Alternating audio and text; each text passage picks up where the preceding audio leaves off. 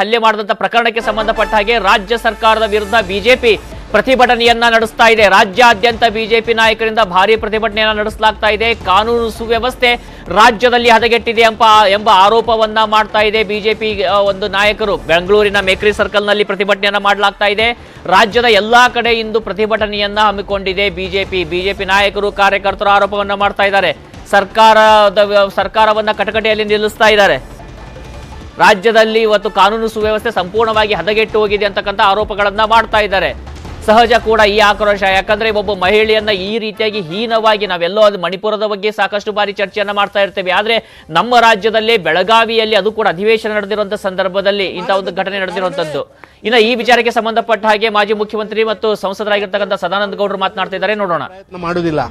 ಯಾವತ್ತು ಸರ್ಕಾರ ಪರಮೇಶ್ವರ್ ಎಚ್ಚೆತ್ತುಕೊಳ್ತಾರ, ಯಾವಾಗ ಸಿದ್ದರಾಮಯ್ಯರು ಹೌದು ಈ ರಾಜ್ಯದಲ್ಲಿ ಒಳ್ಳೆ ಆಡಳಿತ ಕೊಡಬೇಕಾದಂತ ಅನಿವಾರ್ಯತೆ ಇದೆ, ಜನಾದೇಶ ಇದೆ ನನಗೆ ಅಂತ ಹೇಳುವಂತದ್ದು ಹೇಳ್ತಾರ, ಅಲ್ಲಿವರೆಗೆ ನಮ್ಮ ಹೋರಾಟ ಮುಂದುವರಿತದೆ.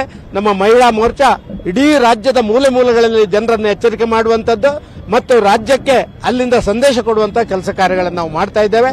ಇವತ್ತಿನ ಹೋರಾಟ ಇದು ನಿರಂತರ ಹೋರಾಟ ಆಗಿರುತ್ತೆ.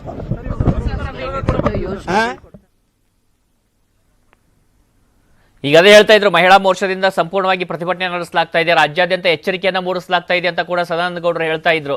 ಈ ಘಟನೆ ನಿಜಕ್ಕೂ ಕೂಡ ತಲೆ ತಗ್ಗಿಸುವಂತಹ ಘಟನೆ. ಒಬ್ಬ ಮಹಿಳೆಯನ್ನ ಈಗ ಕೌಟುಂಬಿಕ ಸಮಸ್ಯೆಗಳಿರ್ತವೆ, ಕಲಹಗಳಿರ್ತವೆ, ಅದನ್ನು ಬಗೆಹರಿಸಿಕೊಳ್ಳೋದಕ್ಕೆ ಬೇರೆ ವಿಧವಾಗಿರ್ತಕ್ಕಂಥ ಮಾರ್ಗಗಳಿದ್ದಾವೆ.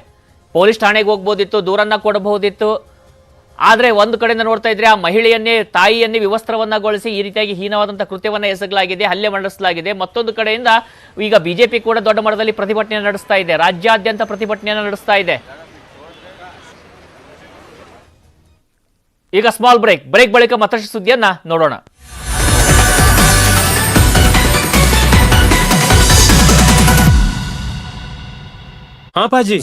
ಜಾತಿ ಗಣತಿ ವಿಷಯದಲ್ಲಿ ಅನ್ಯಾಯ ಅಂತ ಸಿಟ್ಟ